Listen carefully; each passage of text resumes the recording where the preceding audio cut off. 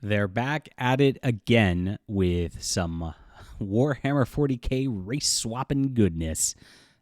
This is a pretty fun cover because you have the black guy who, by the way, like when I first saw the art, I didn't see what it was. It was in German, so I'm like, I don't know what this is. And I looked at it and I'm like, is that a black woman in Space Marine armor? And I was confused by this. No, it's a black guy, but it's just bad art. And then you have the half shaved head lesbian behind him. It looks like a modern social justice nightmare, which I guess that is the new grimdark. Is it is a grimdark future with social justice everywhere is what we have now for Warhammer 40K. Mike Brooks is back with a new Alpha Legion novel.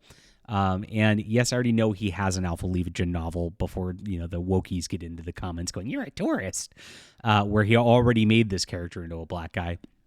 But it had been said for a while that he was not allowed to write the Alpha Legion anymore, that he was off of it and they were putting him on, different books like the Eldar and the like, because, he could do less damage with the Xenos.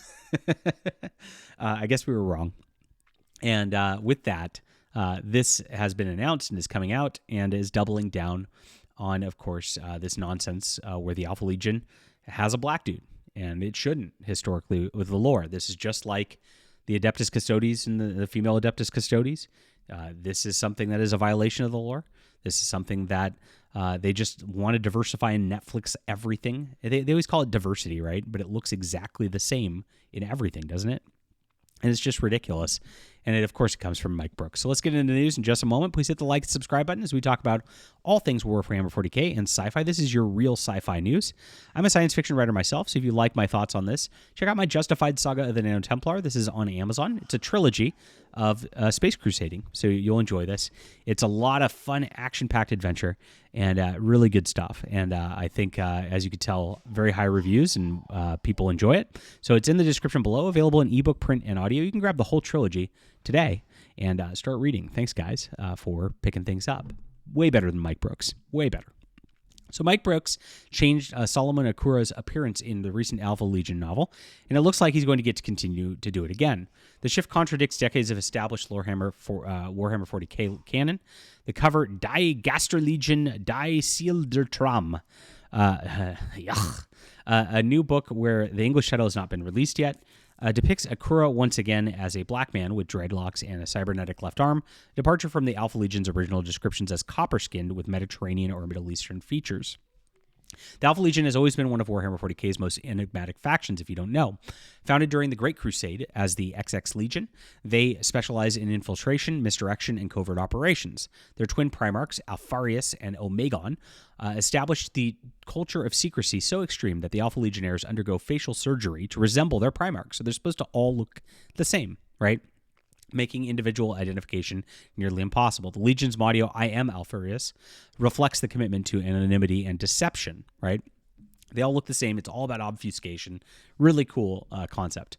So Solomon Akura stands out in this because he refused to get the facial ulceration surgery, which is known. In the Harrow Master, Brooks' previous Alpha Legion novel, this choice marks Akura as distinct within the Legion, which prizes uniformity. So he did intentionally create I'm going to be different. I'm going to be a minority, right? Because this is what Brooks does. Everything has to be some identity politics thing with Brooks every single time. This is all he does in everything he writes. It's so tiring. It's painful to look at. And this is why we thought he wasn't going to be allowed back to the Alpha Legion again, because it just annoys Alpha Legion players, right? So by the 41st millennium, the Alpha Legionnaires who still undergo surgery are mocked by their peers as outdated. Of course. Look at this. You're all outdated. You're different. You're not brown enough, right? Think about just like the thematic elements Brooks is trying to put into here. His decision to maintain his individual appearance makes him a charismatic leader, capable of uniting the fractured Alpha Legion warbands under his snake teeth banners. That's what the original book's about. So this is the new one that just got revealed. It is coming out. The original lore established the Alpha Legion's ethnic appearance clearly. In discussions of Space Marine Legion ethnicities, the Alpha Legion is described as having copper-colored skin with light-colored eyes. The feature is common in Arabic peoples from regions like Iraq and Syria. The Legion is recruited heavily from Earth, a desert world, and their appearances are reflected in Mediterranean and Middle Eastern phenotypes. It was specific world building that tied the Legion's visual identity to their operational methods and cultural inspirations. Brooks changed that. His cover art here in Harrow Master, as you can see, also looks like Whoopi Goldberg, doesn't it? Hey, this guy could be on The View. Oh my gosh. As a black man with dreadlocks, approximately 200 years old by the 41st millennium standards.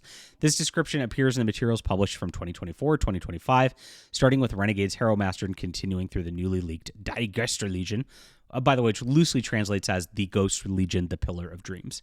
Now, that's pretty interesting. So I started talking about this on X the other day and started getting called a tourist because he's always been that way. It's very interesting. They've always been that way. And it's like these people they can't get back before like 2024 or 2023. Like, it's like, when you say you've always been that way, like go back to the 80s. It's very, very funny that the woke are the tourists in these situations.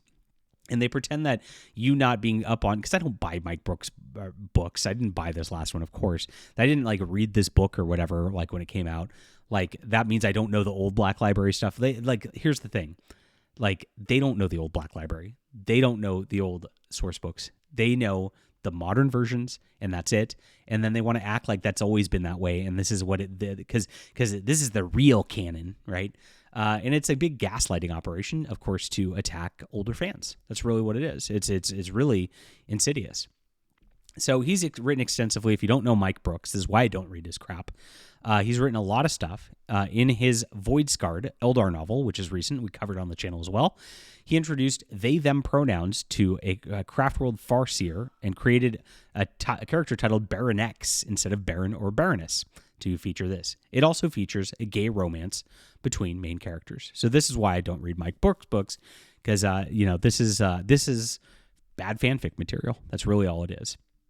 In Necromunda Road to Redemption, Brooks also created a villain named Sarkon Agad, a transparent reference to a political commentator named, and this is Warhammer Fantasy, Carl Benjamin, known online as Sargon of Akkad. And of course, he's trying to attack him from being a part of Gamergate. That's all it is. The character is described as bellowing with rage throughout a Voxcaster before being strangled to death with slave manacles. It's always the same with these people. He also posted on X in August 2020, PS Freebooters support pride, trans rights, and Black Lives Matter, as you can see with his annoying painted miniatures there. So this guy's just a big virtue signaler who has nothing else, and that's all he does all the time. And Games Workshop loves to push this stuff over and over and over again. And these changes are a massive problem for the company.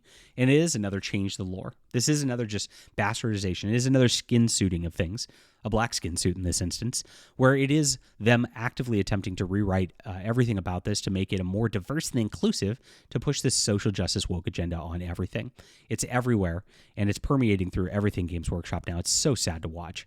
All right, leave a comment down below with what you think about this. Please hit the like and subscribe button. We'll be back soon. Oh, and buy my book.